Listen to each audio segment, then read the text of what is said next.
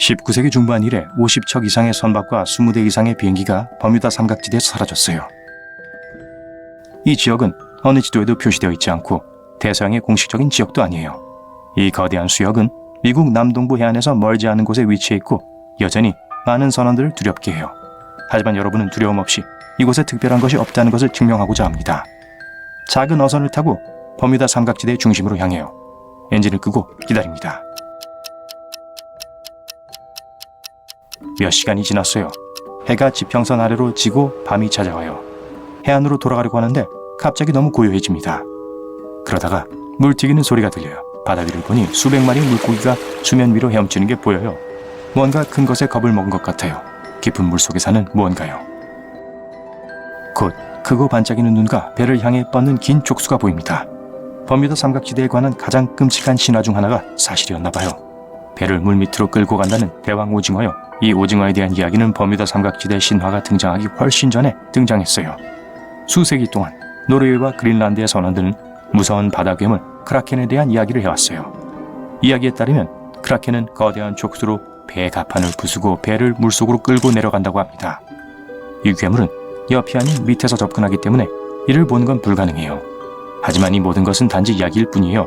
비로소 19세기에 이 괴물의 존재에 대한 과학적인 증거가 등장했어요. 알려지지 않은 오징어 부리가 덴마크 해안에서 발견되었습니다. 부리는 지름은 약 7.6cm로 사람 손바닥만한 크기였어요. 크라켄이 진짜라는 건 분명해졌죠. 그리고 그건 그저 대왕 오징어의 한 종류예요. 그 이후로 21종 이상의 대왕 오징어가 묘사되었어요. 하지만 이 괴물이 등장하는 첫 번째 비디오는 2004년 버뮤다 삼각지대에서 멀지 않은 북대서양의 바다에서 녹화되었습니다. 해양 생물학자들은 깊은 곳에서 오징어를 유인하기 위해서 미끼를 사용했어요. 이 거대한 괴물의 길이는 약 9.1m로 지하철 칸의 절반 정도였어요. 갑자기 바다의 어둠 속에서 나타나서 족수로 미끼를 꽉 쥐며 재빨리 공격했어요. 그 이후로 많은 오징어의 발견이 사진과 영상에 기록되었습니다. 거대한 오징어가 해안으로 떠밀려왔고 배를 지나쳐 헤엄쳐갔어요. 일부 기록에 따르면 지금까지 발견된 것 중 가장 큰 괴물은 길이가 18m였고 무게가 거의 1톤이나 나갔다고 합니다. 이건 대형 버스 크기예요. 어떤 과학자들은 대왕 오징어가 농구장 크기의 거의 2배인 45.7m에 이를 수 있다고 믿습니다. 하지만 크기가 크다고 배를 침몰시킬 수 있는 건 아니에요. 오징어가 배를 침몰시킬 수 있도록 돕는 첫 번째는 서프라이즈 효과예요. 오징어는 깊은 물속에서 나오기 때문에 갑판에서 볼 수 없어요. 하지만 괴물은 배를 멀리서도 볼 수 있죠. 세계에서 가장 큰 눈을 가지고 있거든요. 눈 하나가 농구공 정도의 크기예요. 대왕 오징어의 시력은 어둡고 깊은 물속 아주 멀리서도 먹이를 볼 수 있어요. 지구상의 대부분의 생명체는 그런 조건에서 볼 수 없어요. 자, 오징어가 여러분의 배를 보고 먹이라고 판단합니다. 재빨리 보트에 다가와 촉수로 공격해요. 오징어는 8개의 팔다리와 부리 모양의 입으로 먹이를 가져오는 데 사용하는 2개의 더 긴 촉수가 있어요. 팔다리는 날카로운 이빨로 채워진 수십 개의 흡착판으로 덮여 있어요. 오징어가 일단 잡으면 아무것도 빠져나갈 수 없어요. 오징어가 촉수로 배를 휘감아요. 양팔에 달린 이빨로 갑판을 물어뜯어요. 2개의 긴 촉수가 공포에 질려 이리저리 뛰어다니는 여러분을 붙잡을 수도 있어요. 물에 가라앉을 때까지 배를 좌우로 흔들 수 있어요. 2개의 긴 촉수를 물리치려다가 넘어집니다. 오징어 8개의 팔이 더 강하게 배를 쥐어짜고 있어요. 배의 선체가 갈라지는 소리가 들려요. 오징어가 크긴 하지만 그렇다고 큰 금속 물체를 침몰시키지 못해요. 아마도 버뮤다 삼각지대에서 사라진 거대한 배들을 침몰시킬 수 없었을 거예요. 오징어가 깊은 물속으로 헤엄쳐가는 모습을 봅니다. 이번엔 운이 좋았지만 다시는 그런 괴물들을 상대할 수 없을 거예요. 대왕 오징어의 존재는 150년 전에 증명되었지만 사람들은 여전히 아는 바가 없습니다. 지구상에서 가장 찾기 힘든 생물 중 하나거든요.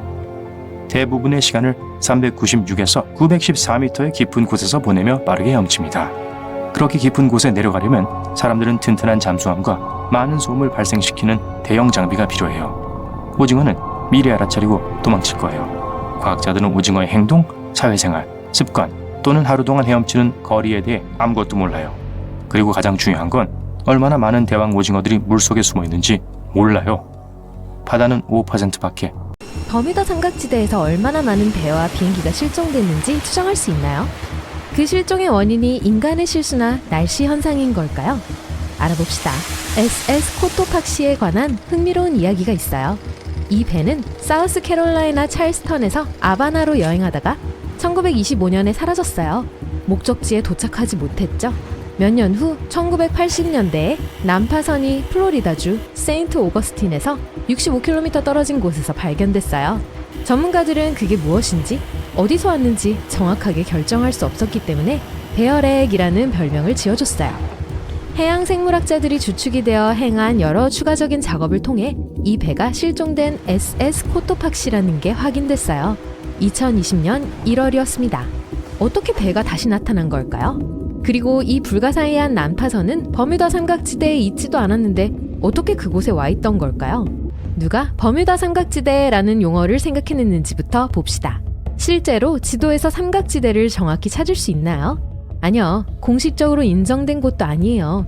버뮤다 삼각지대는 어떤 세계 지도에도 나타나 있지 않아요. 아무도 이것의 정확한 경계선에 동의하지 않았습니다. 전체 면적에 대한 근사치가 130만에서 390만 제곱킬로미터에 이른다는 추측만이 있죠. 모든 근사치로 볼 때 그 지역은 모호하게 삼각형 모양을 하고 있어요. 1964년 빈센트 헤이스 가디스라는 미국 작가가 아르고시 잡지에 기사를 쓸 때 처음 이 아이디어를 떠올렸어요. 그가 버뮤다 삼각지대를 쓴 건 수백 척의 배와 비행기를 흔적도 없이 파괴한 삼각 지역을 묘사하기 위해서였죠. 몇몇 배와 비행기들이 흔적도 없이 사라졌기 때문에 실종된 배와 비행기의 수를 파악하는 건 꽤 어려워요. 그 지역에 있는 잔해들은 아직 회수되지 않았어요. 하지만 기록된 이야기가 도움이 될 거예요. 버뮤다 삼각지대에 관한 전설은 15세기로 거슬러 올라가요. 이탈리아 탐험가 크리스토퍼 콜럼버스 때처럼요. 대서양을 항해하던 시기 1400년대 후반에 이곳을 지나가고 있었어요. 우리가 지금 버뮤다 삼각지대로 알고 있는 곳에서 그는 거대한 불꽃이 바다로 추락하는 걸 봤어요. 후에 똑같은 위치에서 멀리서 특이한 불빛이 번쩍이는 걸 봤어요. 그 이후 다른 많은 선원들처럼 그의 나침반은 오작동을 심하게 일으켰어요. 과거 1945년 정기적인 항공을 하던 해군 항공편 19 또한 버뮤다 삼각지대의 전설을 시작했어요. 찰스 테일러 중위가 지휘했는데 아무 이유 없이 삼각지대에서 길을 잃었다고 기록되어 있어요. 그 당시 조종사들은 GPS가 없었기 때문에 나침반을 믿어야 했고 특정 방향으로 얼마나 날았는지와 속도를 추적해야 했어요. 작업을 마친 직후 기내에 있던 나침반 2개 다 제대로 작동하지 않았어요.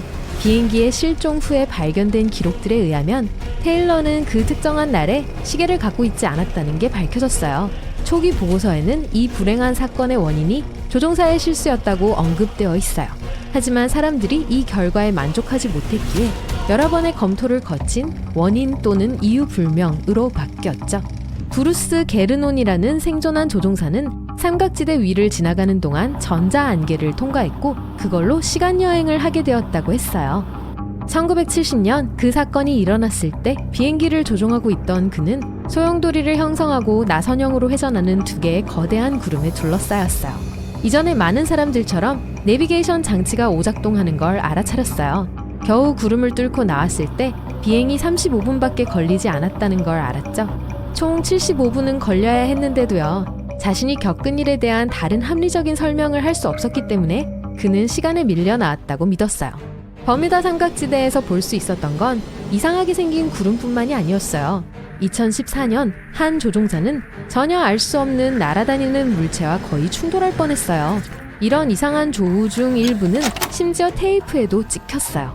2015년 자, 지도를 펼친 후 버뮤다섬, 푸에르토리코, 마이애미를 서로 이어지도록 해볼까요? 어떤 모양이 나오나요? 수세기에 걸쳐 수천 척의 배와 항공기를 삼킨 것으로 알려진 악명 높은 삼각지대가 나올 거예요. 하지만 이 수수께끼 같은 곳에는 새로운 미스터리가 있습니다. 아래 깊은 물속에 뭔가가 숨어 있다고 해요. 그리고 자신의 존재에 대한 기이한 단서를 남기고 있죠. 첨벙! 잠수함이 수면 위로 떠올랐군요. 30, 300, 600, 900m로 점점 내려갈 거예요. 점점 어두워지고 있네요.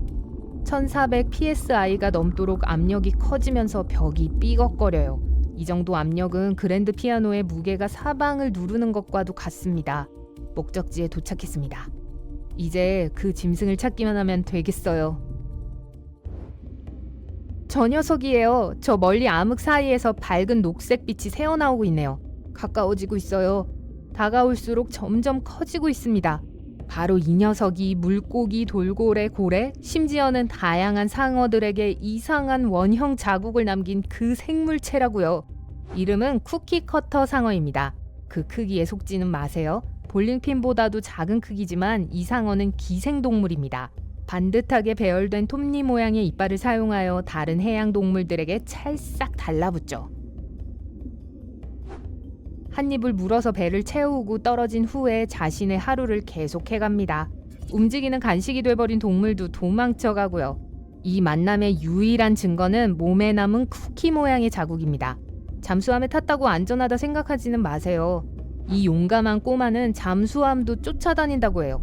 상어 때문에 잠수함에 구멍이 뚫리는 위험을 감수하고 싶지는 않으시죠?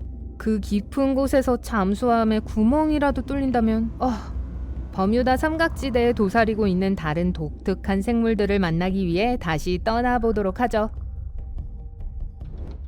2배 더 깊은 곳으로 내려가면 용물고기를 만날 수 있습니다. 다른 심해의 거주자들과 달리 이 물고기는 적외선 범위의 빛을 만들어냅니다. 다른 물고기들은 보통 파란색과 초록색인데 용물고기는 이 점에서 아주 유리해요. 다른 해양동물이 인식하지 못하는 빛을 스스로 만들어낼 수 있으니까요. 그리고 용물고기를 잡아먹으려는 생물들과 먹잇감 모두 용물고기를 눈치채지 못한답니다. 아주 독특한 심해 뱀파이어 오징어입니다. 흡혈귀도 오징어나 문어도 아니라 아주 독특한 종에 속하며 지구상의 어떤 동물보다도 몸집이 커요. 뱀파이어 오징어는 위협을 느낄 때 팔을 위로 올리고 몸을 감싸는데 이때 몸이 안팎으로 뒤집히게 돼요. 이곳에서 피해야 할 또 다른 동물은 무시무시한 왕털 갯지렁이입니다. 이 지렁이는 몸을 해저에 묻어두고 작은 부분만 밖에 내놓습니다. 그리고는 집게처럼 생긴 입을 벌리고 저녁 식사 시간을 기다리죠. 메뉴가 뭐냐고요? 자기보다 7배는 더 큰 다양한 벌레나 물고기예요. 더듬이 5개를 사용하여 점심거리가 가까워지는 순간을 감지했다가 낚아채버려요. 순식간에 앞으로 발사해 입부분으로 먹이를 움켜잡습니다. 아직 안 끝났어요. 일단 먹이를 턱까지 넣으면 이 지렁이는 독을 주입하고 만찬을 위해 굴 속으로 끌어내려가 버리죠. 버뮤다 삼각지대에서 가장 깊은 참호 중 하나는 대양의 혀입니다. 또한 이곳은 배암상어의 비밀 번식지이기도 해요. 몸통 옆면에 있는 어두운 회색 줄무늬 때문에 호랑이 상어라고 불리기도 합니다. 이들은 백상아리에 이어 2번째로 큰 포식상어종입니다. 큰 몸집만큼 식욕도 장난이 아니에요. 해양 포유류, 작은 상어, 가오리, 녹색 거북이 등 모두 메뉴에 있답니다. 그럴 일이 없으면 좋겠지만 이 상어를 대면하게 된다면 하나 기억하세요. 배암상어는 줄무늬로 나이를 알 수 있습니다. 시간이 지나면서 그 줄무늬가 희미해져서 줄무늬가 뚜렷하다면 어린 상어라는 뜻일 거예요. 버뮤다 삼각지대에는 동물성 플랑크톤이 많습니다. 19세기 중반 이래 50척 이상의 배와 20여 대의 비행기가 이곳에서 사라졌어요. 이곳은 대서양의 공식 지역이 아니기 때문에 일반 종이 지도로는 찾을 수 없을 거예요. 미국 남동부 해안에서 멀지 않은 곳에 위치한 삼각형 모양의 작은 해역입니다. 20세기에 이곳은 전설이 됐어요. 어떤 사람들은 그곳에 비밀기지가 있다고 믿어요. 또 어떤 사람들은 선박이 강한 폭풍에 휘말려서 과거나 미래로 이동하는 타임포털이 있는 곳이라고 확신해요. 아틀란티스가 버뮤다 삼각지대의 바로 아래에 있다는 설도 있어요. 그 도시의 기술이 폭발하는 에너지를 방출해서 선박을 파괴한다는 거죠. 심지어 항공기들도 이 지역에서 사라질 가능성이 있습니다. 이런 소문들이 너무 무성해서 바다에서 무슨 일이 일어나기만 해도 사람들은 그것이 어떻게든 버뮤다 삼각지대와 관련이 있다고 생각해요. 버뮤다 삼각지대에 대한 공포는 책과 영화를 통해 대중화되었습니다. 감독, 작가, 언론인들은 이 주제를 즐겨 사용해요. 하지만 그런 작품들에는 소수의 진실이 있을 뿐이에요. 여러분이 좀 더 자세히 살펴본다면 이 장소에 대한 진실을 직접 발견할 수 있어요. 우선 가장 가능성이 없어 보이는 가설부터 반박해 보도록 해요. 우주물체, 아틀란티스, 시간여행. 이 모든 신화는 20세기 중반에 나타났습니다. 이 시기 이전에는 불가사의한 현상에 대한 어떤 기록도 없었어요. 사람들은 그저 이곳에서 선박 침몰 사고가 빈번하다는 것을 알게 됐어요. 그러다가 한 작가가 삼각지대 바닷속에 아틀란티스가 놓여 있다는 내용의 책을 썼습니다. 저자는 어떤 증거도 제시하지 않았지만 이 가설을 매우 설득력 있게 묘사했어요. 사람들은 책을 읽고 좋아했어요. 인간의 심리는 무언가 비밀스러운 것을 읽는 걸 좋아해요. 다른 사람은 모르는 어떤 것을 배우게 되면 자신이 특별하다는 느낌을 갖게 되죠. 그리고 물론 이 소위 비밀이라는 것을 믿기 시작합니다. 버뮤다 삼각지대의 책이 인기 있었던 한 가지 이유는 바로 그거였어요. 책은 저자를 부자로 만들어줬고 다른 사람들도 같은 방식으로 부유해지고 싶어 했죠. 그 이후로 시간여행과 비밀기지에 대한 몇몇 다른 환상적인 이론들이 등장했습니다. 그 후 사람들은 다큐멘터리를 만들기 시작했어요. 버뮤다 삼각지대의 신비로운 특징을 다룬 이 모든 작품은 실제 사실이 아니라 다른 책들의 이론에 바탕을 두고 있습니다. 이 혼란 속에서 진실을 찾는 것은 불가능해요. 어떤 사람들은 비밀을 발견하기를 좋아해요. 비록 진실이 아니더라도요. 하지만 정말 원한다면 언제든지 진실을 찾을 수 있어요. 그냥 어떤 속설을 선택하고 그것의 실체를 증명할 수 있는 자료를 찾아보세요. 아마도 비과학적인 책과 영화 외에는 아무것도 발견할 수 없을 거예요. 삼각지대에 대해 더 현실적인 자료도 있지만 그것들도 마찬가지로 흥미진진합니다. 한 가설은 선박들이 메탄 때문에 그곳에서 사라진다는 거예요. 메탄가스는 이 지역 해저에 축적되어 있어요. 종종 그곳에서 방출되고 표면으로 올라갑니다. 메탄은 물과 접촉하자마자 거대한 거품을 만들어내요. 그러고 나서 이 거품은 물에 거품을 내고 배를 뒤집는 큰 파도를 만든다는 거죠. 이 이론은 꽤 현실적이고 그러한 자연현상이 존재하지만 버뮤다 삼각지대에는 존재하지 않습니다. 많은 연구 중 어느 것도 메탄가스의 농도가 증가했다는 것을 증명하지 못했어요. 마지막 메탄 분출은 약 15,000년 전에 이곳에서 일어났습니다. 또 하나의 현실적인 이론은 로그 웨이브예요. 이것은 폭풍과 바람 없이 형성되는 거대한 파도예요. 잔잔한 수면이 3초 안에 5층 건물 높이의 큰 파도로 변할 수 있어요. 파도는 배를 침몰시키고 나서 빠르게 사라집니다. 파도가 전혀 없는 듯 다시 바다가 잔잔해져요. 어떤 과학자들은 표면 해류가 강한 역풍과 충돌하여 이런 현상이 생긴다고 믿습니다. 하지만 몇몇 기록된 경우는 바람이 전혀 없었어요. 또 다른 버전은 따뜻한 해류와 차가운 해류의 충돌 때문에 이런 파도가 생긴다고 해요. 하지만 가장 흥미로운 이론은 파도를 형성하는 키네틱 뱀파이어리즘입니다. 특정한 자연 조건 하에서 파도는 운동 에너지를 교환하는 능력을 얻어요. 그리고 모든 파도 중에 가장 큰 파도가 바로 뱀파이어 역할을 해요.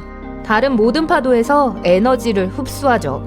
힘이 축적되면 흡혈귀 파도가 에너지를 방출해요. 이것이 파도의 충격력과 파도가 갑자기 사라지는 현상을 설명해 줍니다. 이 모든 이론들이 논리적으로 보이지만 과학자들은 여전히 이 현상의 본질을 알지 못해요. 그래요. 로그 웨이브가 선박을 바닷속으로 침몰시킬 수 있지만 버뮤다 삼각지대에서만 일어날 수는 없어요. 이런 파도는 전 세계적으로 매우 드문 현상입니다. 그러니까 다음 이론으로 넘어갈게요.